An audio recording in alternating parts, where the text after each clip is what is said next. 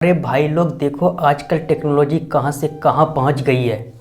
अब लड़ाइयाँ सिर्फ ज़मीन पर ही नहीं बल्कि आसमान और स्पेस में भी पहुँच चुकी है। ईरान ने 2024 में एक ऐसा अटैक किया कि दुनिया भर में तहलका मच गया। अप्रैल में 300 से ज़्यादा ड्रोन और मिसाइलें को दागी और फिर अक्टूबर में एक बार फिर से 200 से ज़्यादा बैलिस्टिक और क्रूज मिसाइलों का हमला किया। इनका सीधा निशाना था इजराइल पर, लेकिन इजराइल की डिफेंस वाली मशीनें भी माशाल्लाह इतनी पक्की है कि 99% अटैक को रोक लिया। लेकिन भाई एक सवाल ज़रूर उठता है, क्या इजराइल इस खतरे को पूरी तरह सामना कर सकता है? अब सुनो, ईरान का एक और दमदार हथियार है जिसका नाम है फतह हाइपरसोनिक मिसाइल। साल 2023 में ईरान ने इसको दुनिया के सामने पेश किया। इसकी सबसे बड़ी खासियत है इसकी रफ्तार। अरे भाई 15 तक की स्पीड में चलती है, यानी लगभग 5100 मीटर प्रति सेकंड की रफ्तार से। इसकी रेंज भी कमाल की है, पूरे 1400 किलोमीटर तक।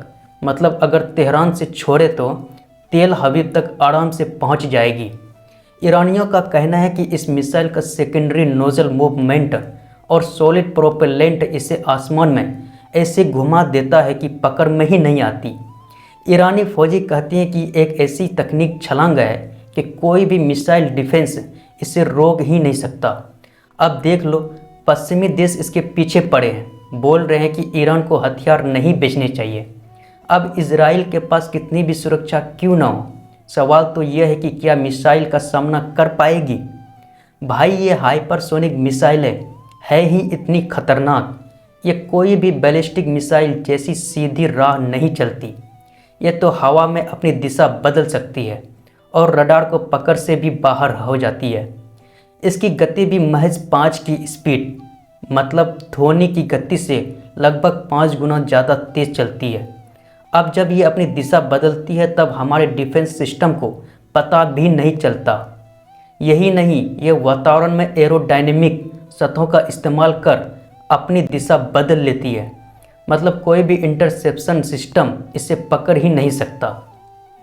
अब आओ हमारे डिफेंस सिस्टम की दिक्कतें को सुनते हैं। इनको तो बस बैलिस्टिक मिसाइलें के हिसाब से डिज़ाइन किया गया था। ये फिक्स्ड ट्रेजेक्ट्री पर काम करते हैं, मतलब सीधे सीधे चलते हैं, लेकिन हाइपरसोनिक मिसाइलें इतनी चालाकी से घूमती है कि इनको पकड़ना मुश्किल हो जाता है। जब ये मिसाइलें ज़मीन के करीब से आती है तो हमारे रडार भी इसे पकड़ने में फेल हो जाता है। अब भाई स्पेस बेस्ड सिस्टम का भी कुछ हाल है।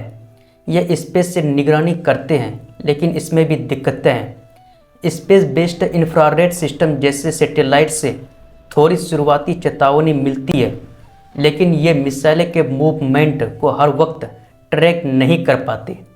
इन्हें रोकने के लिए स्पेस बेस्ड सिस्टम को हर वक्त नज़र रखनी होगी, जो फ़िलहाल मुश्किल है। अब सुनो, अमेरिका भी अपने ग्लाइड फेज इंटरसेप्टर पर काम कर रहा है ताकि हाइपरसोनिक मिसाइलों को रोक सके। यह मिसाइलें की ग्लाइडिंग फेज में इसे इंटरसेप्ट और तबाह कर सकेगा। जापान के साथ मिलकर नॉर्थरोप ग्रुमन कंपनी इस पर काम कर रही है और उम्मीद है कि इसे 2020 के आखिर तक तैयार कर देंगे। इसके अलावा डायरेक्टर एनर्जी वेपन्स यानी लेजर से भी है। यह मिसाइलें को रोक रखने के लिए बड़ी ताकत रखते हैं, क्योंकि इनकी रफ्तार तो भैया खुद की स्पीड ऑफ लाइट जितनी होती है। एक बार लेज़र का निशाना सीधा लग जाए फिर मिसाइल बच ही नहीं सकती। यह फायर करने में बहुत ही सस्ते होते हैं। एक बार फायर करने का खर्चा बस $1 से भी कम होता है। इजराइल भी अपने डिफेंस सिस्टम में लेजर्स का इस्तेमाल कर सकता है ताकि ईरान के हाइपरसोनिक मिसाइलों से निपट सके।